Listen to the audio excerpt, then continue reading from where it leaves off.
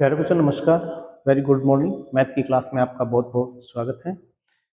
BSc BEd के अंदर नया चैप्टर स्टार्ट करने जा रहे हैं हम, वक्रों का अनुरेखण। लास्ट टॉपिक हमने कर्वेचर वाला फिनिश किया था। अब नया चैप्टर शुरू कर रहे हैं, वक्रों का अनुरेखण, कर्व ट्रेसिंग। क्या होता है भाई कर्व ट्रेसिंग? कि छोटी क्लासों के अंदर हमें कुछ बातें पढ़ रखी है कि भी जैसे कोई लाइन ड्रा करते थे, वो तो कैसे करते थे हम, जैसे x के मान x1 x2 x3, इसी प्रकार उनके संगत y1 y2, और फिर उनको रफ हैंड से हम मिला देते थे, तो वो वक्र यानी सरल रेखा का अनुरेखण हो जाता था। बट कुछ आकृतियां ऐसी होती है, नहीं, कुछ समीकरण वक्र ऐसी होती है जो इरेगुलर होती है, ठीक है, कंटिन्यू नहीं होती है कि भी वो यहाँ से जाएगी तो यहाँ से भी गुजरेगी, नहीं। तो उन वक्रों का अनुरेखण हमें करना है। स्टैंडर्ड आकृतियों का तो वक्र का अनुरेखण तो करना सीख रखा है हमें। सर्कल का हमें पता ही है कि रेडियस मिल जाता है तो उसका अनुरेखण हो जाता है, पैराबोला का भी हो जाता है, ठीक है। इसी प्रकार जैसे इलिप्स का है, तो यानी कुछ स्टैंडर्ड आकृतियां होती हैं उनका अनुरेखण हम डायरेक्टली कर देते हैं, हमें पता ही है। बट कुछ वक्र ऐसी मिलेगी आपको जिनका अनुरेखण करना बहुत मुश्किल हो जाता है, तो उनको वक्रों का अनुरेखण करने के लिए हमें कुछ पॉइंट है वो याद रखने पड़ेंगे। वो पॉइंट क्या है, वो मैं पॉइंट आज बता रहा हूँ। बिना पॉइंट है ना, वो वक्रों का अनुरेखण है ना करना बहुत मुश्किल रहेगा। यानी वो चीजें हम चेक करेंगे कि कैसे मतलब अनुरेखण होगा। तो चेक करते हैं। नंबर नंबर एक पॉइंट आता है सिमेट्री।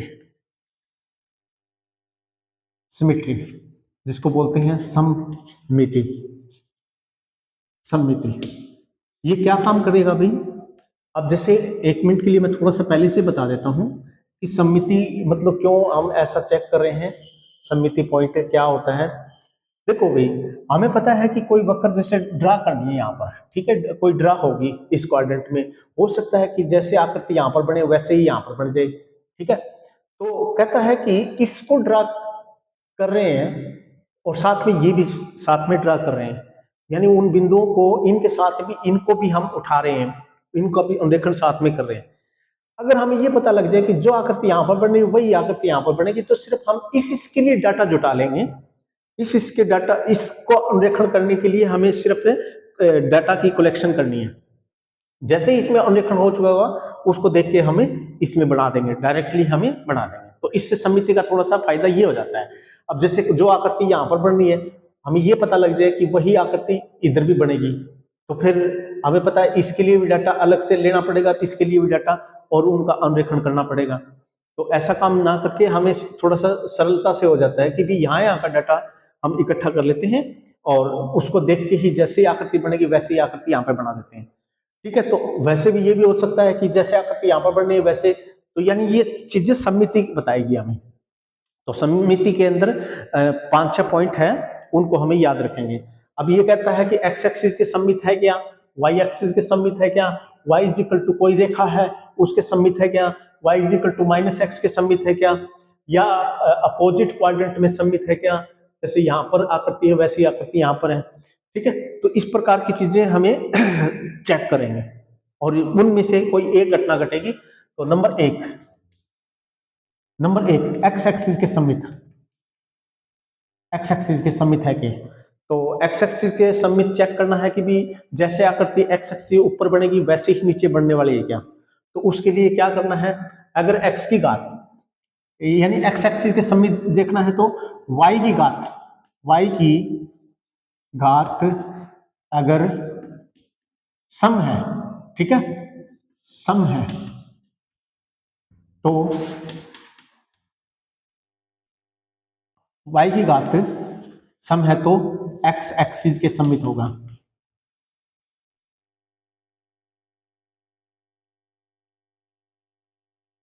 यानी वो वक्र x एक्सिस के सममित होगी, तो जैसा ग्राफ ऊपर बढ़ेगा वैसे ही।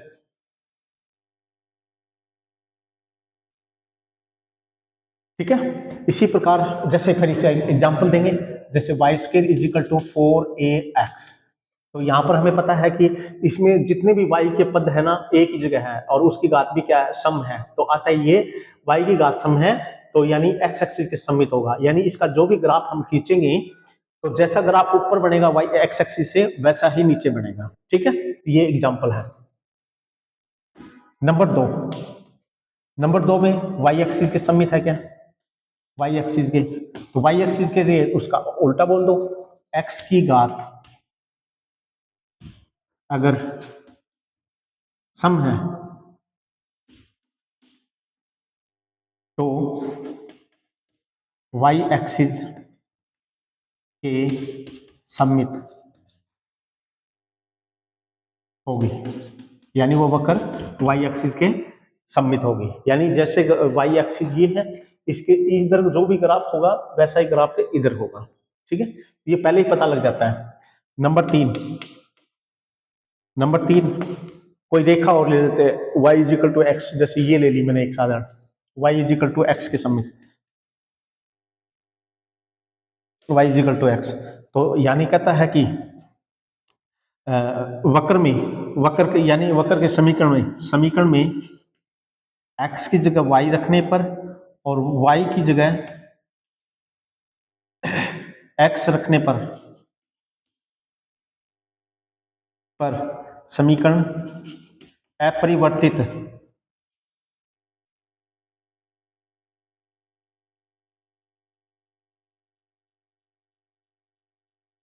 अपरिवर्तित रहता है,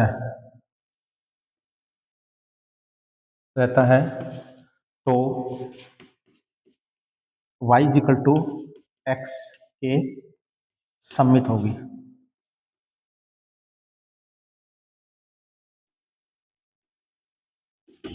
यानी x is equal to y की जगह x की जगह y रख दें, और या फिर y की जगह x रखने पर अगर समीकरण जो भी है, मतलब बहुपद है, उसमें कोई फर्क नहीं पड़ता, वही समीकरण रहता है, तो यानी वो y is equal to x के सममित होगा। जैसे एग्जांपल है x Y is equal to, जैसे हमारे पास कोई सी वक्र है कोई, तो x की जगह y रख दें, y की जगह x रख दें, तो एक्स वाई ही रहेगा, यानी समीकरण यही रहेगा।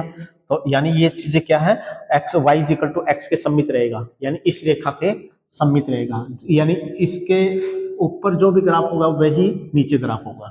ठीक है भी। इसी प्रकार चौथा पॉइंट हम करते हैं, चौथा y is equal to minus x, Y is equal to minus x, कोई रेखा पर्टिकुलर रेखाएं लेके चल रहे हैं हम, y is equal to minus x के, तो बस यही कर दो, x की जगह माइनस वाई रख दो, या फिर y की जगह माइनस एक्स रखने से समीकरण x की जगह माइनस वाई, या फिर y की जगह माइनस एक्स रखने पर समीकरण अपरिवर्तित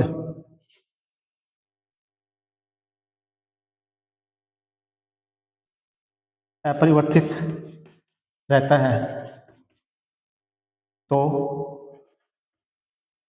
y is equal to minus x के सममित होगा। जैसे एक्स स्क्र वाई स्क्र, जैसे कोई समीकरण ले लिया मैंने, जैसे कोई, तो x की जगह minus y put y square हो जाएगा, यानी वाई स्क्र ही रहना है, और y की जगह माइनस एक्स स्क्र यानी प्लस का ही रहना है, तो यानी y is equal to minus x के सममित रहेगा। ठीक है, आगे देखिए।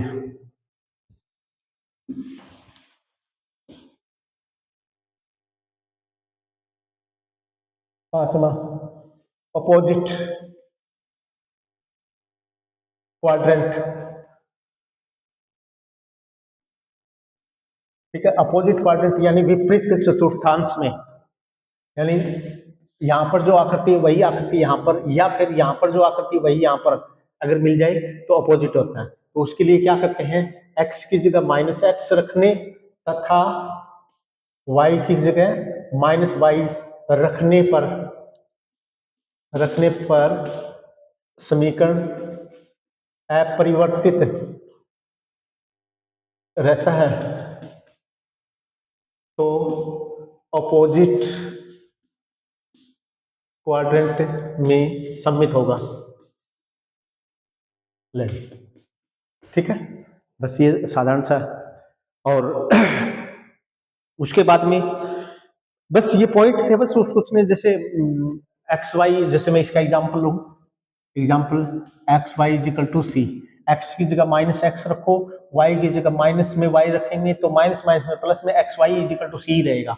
तो यानी ये भी जो भी वक्र इसकी बनेगी, तो यानी जो ग्राफ यहां पर होगा वही ग्राफ यहां पर भी मिलेगा, अपोजिट क्वाड्रेंट में आपका रहेगा। उसके बाद में पॉइंट है 1 तो हो गया भी। अब इनमें से 5 पॉइंटों में से कोई एक घटना घटेगी किसी भी ग्राफ के लिए, तो वो चेक करनी पड़ेगी। अगर ये नहीं घटना घटी तो ये होगी, ये नहीं होगी तो ये घटेगी, ये नहीं होगी तो ये होगी, और ये नहीं होगी तो ये होगी। मतलब अगर कोई नहीं है तो फिर यानी सम्मित है ही नहीं फंक्शन, ठीक है। उसके बाद में है नंबर 2, ओरिजन। ओरिजन यानी मूल बिंदु। मूल बिंदु यानी वो ग्राफ मूल बिंदु से जाएगा कि नहीं जाएगा। तो कहता है कि x इजिकल टू 0 रखने पर y इजिकल टू 0 प्राप्त हो तो ग्राफ मूल बिंदु से गुजरेगा।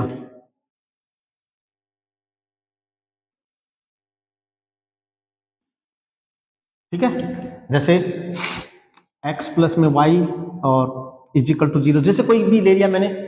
अब x का मान 0 रखने से y भी 0 आ रहा है, तो यानी ये मूल बिंदु से जाएगा। और दूसरा तरीका ये होता है कि समीकरण के अंदर कोई अकेली कांस्टेंट रकम मौजूद नहीं है, तो वो ग्राफ मूल बिंदु से होकर जरूर जाएगा। ठीक है, अब जैसे यहाँ पर भी कोई कांस्टेंट रकम नहीं है और यहाँ पर भी कोई कांस्टेंट रकम नहीं है इसमें साथ में। ठीक है, तो ये मूल बिंदु से जाएगा। उसके बाद में ओरिजिन के बाद में नंबर 3 है असमटोट। असमटोट उस समीकरण का असमटोट है क्या, यानी अनंत स्पर्शी।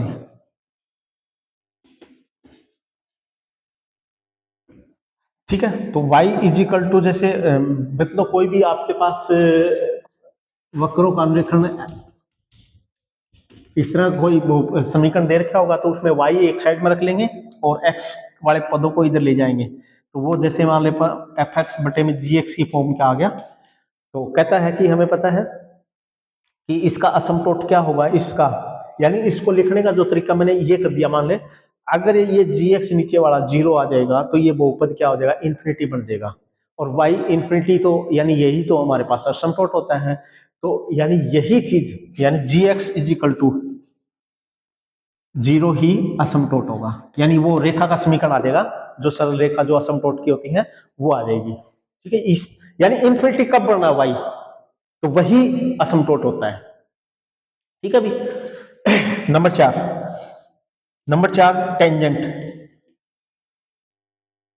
स्पर्शी, यानी उस वक्र का स्पर्शी है कि नहीं है। तो एक काम करेंगे, बहुपद के अंदर x की छोटी से छोटी घात और y की छोटी से छोटी घात का एक बहुपद बनेगा, उसको शून्य के बराबर रख देंगे। और शून्य के बराबर रखने पर एक जो समीकरण तैयार होगा वही हमारे पास उस टेंजेंट का समीकरण आएगा, यानी वो खींच जाएगा, तो यानी उसको कहीं वो उसको उस बिंदु पर छू के जाएगी। ठीक है, तो ये थोड़ा सा सरल हो जाता है, वहां को जाएगी, तो वो भी हम निकाल सकते हैं। तो x तथा y की छोटी घात को शून्य के बराबर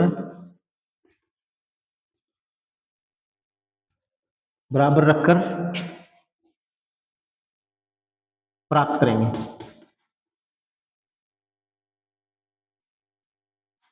यानी वो टेंजेंट कैसे प्राप्त करेंगे, x की और y की जो छोटी से छोटी घात है उस बहुपद के अंदर, उनको शून्य के बराबर रख के और एक सरल रेखा प्राप्त हो जाएगी, वही हमारे पास क्या हो जाएगा, टेंजेंट का समीकरण हो जाएगा। और उस टेंजेंट को खींच देंगे हम। ठीक है, और फिर उसको छूते हुए दिखा देंगे उस वक्र को, क्योंकि उसको छू के जाएगी। नंबर 4, तो यानी ये पॉइंट में से कोई एक घटना घटेगी तो वो हमें काम का है, बाकी को हम नीचे चेक करेंगे। सम्मिति हो गया। उसके बाद में एक दो पॉइंट और रहता है, क्षेत्र, रीजन।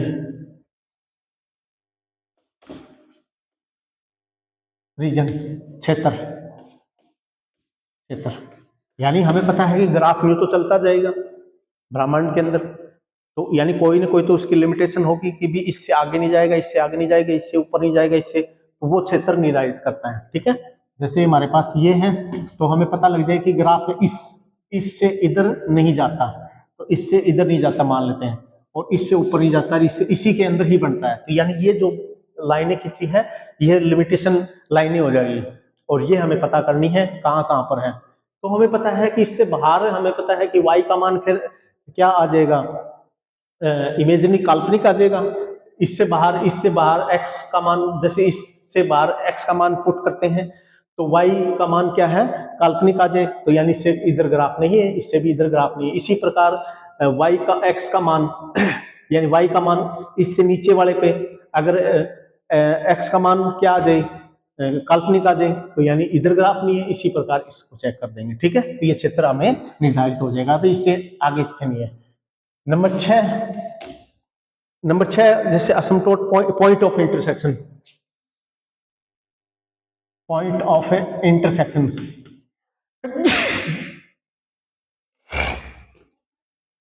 इंटरसेक्शन प्रतिच्छेद बिंदु।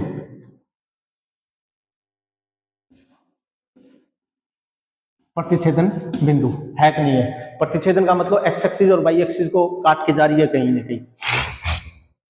तो हमें पता है एक्स एक्सिस को काट के जाएगी तो वहां पर वाई का मान 0 होना चाहिए, ठीक है। बस इस प्रकार से चेक कर सकते हैं, जैसे मूल बिंदु का किया था वही पॉइंट है ये। तो आप क्या करेंगे, वाई एक्स एक्सिस पर उसमें चेक कर लेंगे, एक्स एक्सिस पर वाई परमानेंट 0 होता है, तो ये निकालेंगे एक्स का मान, एक्स एक्सिस के ऊपर वाई का मान परमानेंट 0 होता है, ठीक है। तो ये चेक कर लेंगे।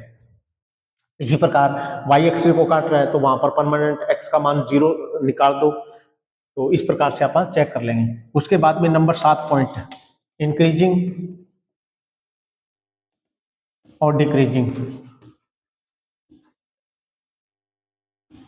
वर्धमान और ह्रासमान, यानी वो ग्राफ बढ़ता ही जा रहा है कि या घटता जा रहा है। तो इसके लिए तो को हम छोटी क्लासों में dy अपॉन में dx निकाल लेते थे, या d square y dx square निकाल लेते थे। dy बाई dx का मान किसी पर्टिकुलर क्षेत्र के अंदर अगर जो 0 से बड़ा रहता है तो यानी वो वर्धमान है, और अगर जो वो लेस देन 0 रहता है तो वो ह्रासमान है, ठीक है भी। तो ये पॉइंट आप चेक कर लेते हैं। तो अब हम एक क्वेश्चन लेते हैं और इन पॉइंटों को हम लगा लगा के देखते हैं। इनमें से कोई जरूरी नहीं है कि ये जितने भी पॉइंट है वो सारे ही एक प्रत्येक क्वेश्चन के अंदर काम करें। हो सकता है कि 3 पॉइंटों से ही हम वक्र का अनुरेखण कर दें, हो सकता है कि सममिति वाला फेल हो जाए, अगले वाला अपना पॉइंट याद रखेंगे तो वो चीज मिल रहा है कि नहीं मिल रहा है। तो हो सकता है कि भी 4 पॉइंटों से ही हमारा काम चल जाए, बट कोई जरूरी नहीं है कि भी, हो सकता है इंक्रीजिंग और डिक्रीजिंग, हो सकता है कि पहले क्वेश्चन में यूज ही ना हुआ, तो ये कोई जरूरी नहीं है कि सातों के सातों पॉइंट प्रत्येक क्वेश्चन के अंदर लागू होंगे, नहीं। ये तो उनके लिए है भी हमें पता ही कुछ आइडिया नहीं आ रहा है कि भी ग्राफ कहाँ पर जाएगा कहाँ पर नहीं जाएगा, तो ये तब हम इनको यूज करते हैं। तो अब हम एक क्वेश्चन लेते हैं और फिर देखेंगे कि भी किसी वक्र का अनुरेखण हम कैसे करते हैं, ठीक है। देखते हैं।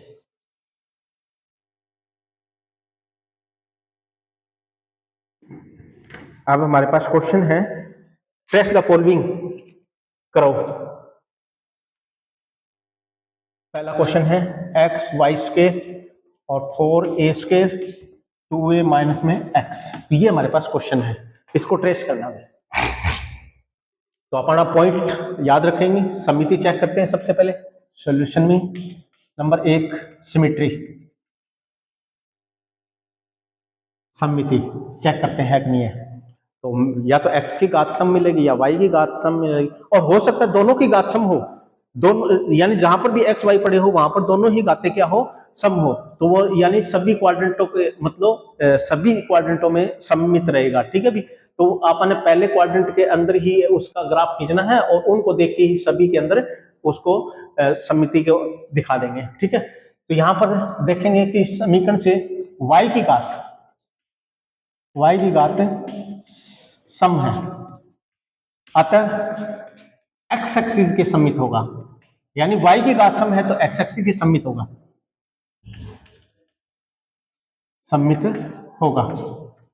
ठीक है। बस तो सिमेट्री का पोर्शन हो गया और हमें कुछ भी चेक नहीं करना।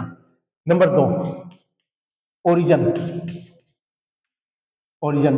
मूल बिंदु से जा रहा है कि नहीं जा रहा, मूल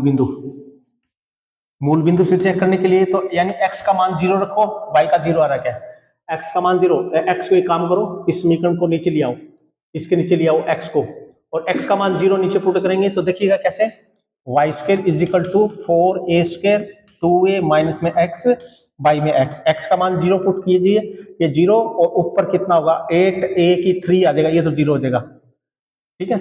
तो यानी ये कितना हो जाएगा अनंत, तो यानी y का मान अनंत आ रहा है, तो यानी इसका मतलब x इज इक्वल टू 0 के ऊपर y इन्फिनिटी नहीं आया, y 0 नहीं आया, तो अतः मूल बिंदु से नहीं जा रहा, अतः मूल बिंदु से नहीं गुजरेगा,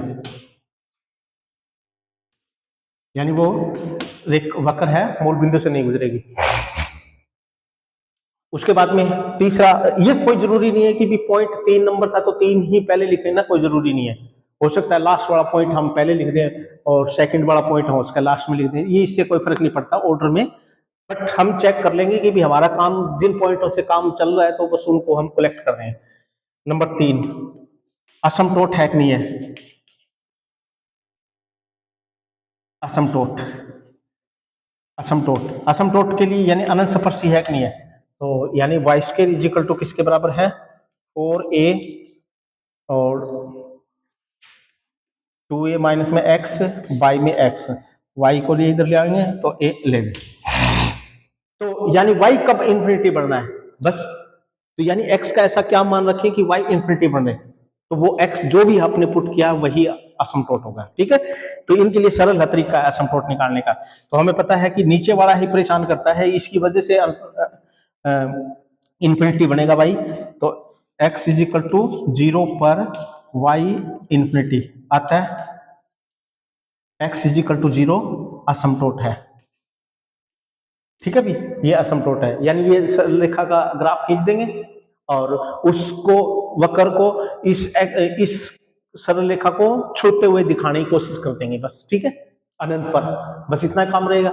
उसके बाद में point of intersection, number 4 point of intersection यानी प्रतिच्छेदन बिंदु, प्रतिच्छेदन बिंदु, तो प्रतिच्छेदन वही बात है ना कि भी देखेंगे कि भी एक्स एक्सिस को काट रही है कि या वाई एक्सिस को काट रही है, एक्स एक्सिस के ऊपर वाई का मान 0 होता है तो वाई 0 पुट कर दो, वाई 0 पुट कर दो, वाई 0 पुट कर दो, तो ये भी यानी ये 0, ये सारा 0 और ये भी 0, यानी 2a माइनस में x इज इक्वल टू 0, तो y इज इक्वल टू 0, तो यानी 2a माइनस में x इज इक्वल टू 0 और x is equal to 2a, यानी कोई ना कोई बिंदु आएगा, कोई भी x का दूसरे का मान निकल जाएगा, y 0 पुट करेंगे तो x का मान निकल जाएगा, कोई ना कोई, और x का मान 0 पुट करेंगे तो y का कोई ना कोई मान निकल जाएगा, तो x का मान निकला है क्या 2a, तो x is equal to 2a कोई एक सरल रेखा होगी है ना, x is equal to 2a, तो वो खींच देंगे बस, ठीक है, और उसको छू के जाएगी। और कोई पॉइंट हो सकता है कि मैंने इतने पॉइंटों से ही हम काम चला लेंगे, तो उसके बाद में हमें क्या करना है, ये पॉइंट जैसे ही हमने काम कर लिए, अब हमारा काम है एक्स एक्सिस और वाई एक्सिस दो लंबवत रेखा खींचेंगे, एक्स एक्सिस और वाई एक्सिस दो, ये एक्स एक्सिस होगी और एक वाई एक्सिस रेखा खींचेंगे, ठीक है। सबसे पहला पॉइंट ये एक्स एक्सिस है, ये वाई एक्सिस है, सममिति, हमें पता है कि एक्स एक्सिस सममित है, एक्स एक्सिस के सममित है मतलब इस रेखा के सममित है, जैसा ग्राफ इससे ऊपर बढ़ेगा कहीं पर भी बढ़ो, कहीं पर भी बढ़ो वैसा ही ग्राफ नीचे बढ़ेगा, तो यानी नीचे वाले के लिए हमने कोई भी डाटा कलेक्ट नहीं करना, सिर्फ ऊपर वालों के लिए काम करना है, ठीक है, यानी y के धनात्मक मान के लिए ही काम करना है, भाई हमें पता है इससे ऊपर ऊपर y का मान धनात्मक ही होता है, तो y धनात्मक के लिए काम करना, बस ठीक है, इतना पता लग गया कि भी जो ग्राफ ऊपर होगा वही ग्राफ नीचे होगा, कहीं पर भी बढ़ो जो भी है। चलो इसका काम हो गया, ओरिजिन से मूल बिंदु से जा रहा है, नहीं जा रहा, तो यानी यहां से तो ग्राफ नहीं जाएगा, यानी इन दो पॉइंटों से तो कुछ पता नहीं लगा, सिर्फ पहले पॉइंट से ये पता लग गया कि जैसा ग्राफ ऊपर बढ़ेगा एक्स एक्सिस से वैसे ही नीचे बढ़ेगा, ठीक है। चलिए असमतोट ये बनाएगा कोई ना कोई, तो असमतोट, असमतोट क्या है इसका, x is equal to 0, x is equal to 0 किसको बोलते हैं, y एक्सिस को ही बोलते हैं, यानी इसके ऊपर x इज इक्वल टू 0 किसको बोलते हैं, y एक्सिस को ही तो बोलते हैं, ये असमतोट है भाई उसका, ये असमतोट है, ये रेखा असमतोट है, यानी वक्र इसका असमतोट है, तो नीचे तो अपन काम ही नहीं करना, असमतोट है यानी ये रेखा सरल रेखा असमतोट है, तो यानी इस सरल रेखा को अनंत पर, अनंत मतलब आगे चलाएंगे, आगे चलाएंगे, तो आगे चलाएंगे तो उसको अनंत पे वो वक्र क्या करेगी, छोड़ने की कोशिश करेगी। तो हमारे पास ये कंडीशन हो सकती है कि जैसे यहां से चली होगी और ये ऐसे ऐसे चली होगी और छोड़ने की कोशिश कर रही होगी, या फिर इधर भी काम हो सकता है, भी दोनों केस बन सकते हैं। मुझे ये तो पता नहीं, हो सकता है ग्राफ इधर हो सकता है इधर ग्राफ हो ही ना, हो सकता है इधर भी हो, तो ये दो केस बनेंगे, ठीक है। तो यानी वक्र का थोड़ा सा तो हुलिया पता लगने लग गया हमें, ठीक है। और जैसा काम ऊपर है वैसा ही काम नीचे है, तो यानी वो तो नहीं करना अपन है, ये तो जैसे ऊपर बन जाएगी आकृति बस वैसे ही, ठीक है। उसके बाद में point of intersection, point of intersection में y का मान 0 है, तो x एक्सिस की बात कर रहा है, तो वहां पर x का मान 2a आया है, x का मान 2a, तो मान लेते ये a है और ये 2a हो गया, x is equal to 2a। इसको थोड़ा सा ड्रा कर दो, ले this is x is equal to 2a, ठीक है, कर दिया भाई। कहीं इस वक्र यानी वो वक्र इस बिंदु से होकर जाएगी, वो वक्र है इस बिंदु से होकर जाएगी। और ध्यान रखना, जैसे ही मतलब x इज इक्वल टू कोई ना कोई मान आता है तो वहां से वक्र जाती है, तो इस बिंदु के ऊपर उसको छू के जाएगी, तो छू के जाएगी तो ये या तो ये कहानी बनेगी या फिर ये कहानी बन सकती है। नीचे तो हमने बनाएंगे नहीं, जैसे ऊपर बनेगा वैसे ही नीचे बना देंगे, ठीक है। तो इस बिंदु के ऊपर जहां पर ये कटेगा तो उसको छू के जाएगी तो मतलब मूल उसके, तो यानी इस तरह की मतलब कंडीशन बनेगी, हमें पता है, तभी तो हो सकती है। और वैसे भी ये बन सकती है, हो सकता है कि भी इधर से आई हो वक्र और इस हो सकता है इधर से भी आई हो, ठीक है। इतना पता लग गया पॉइंट ऑफ इंटरसेक्शन।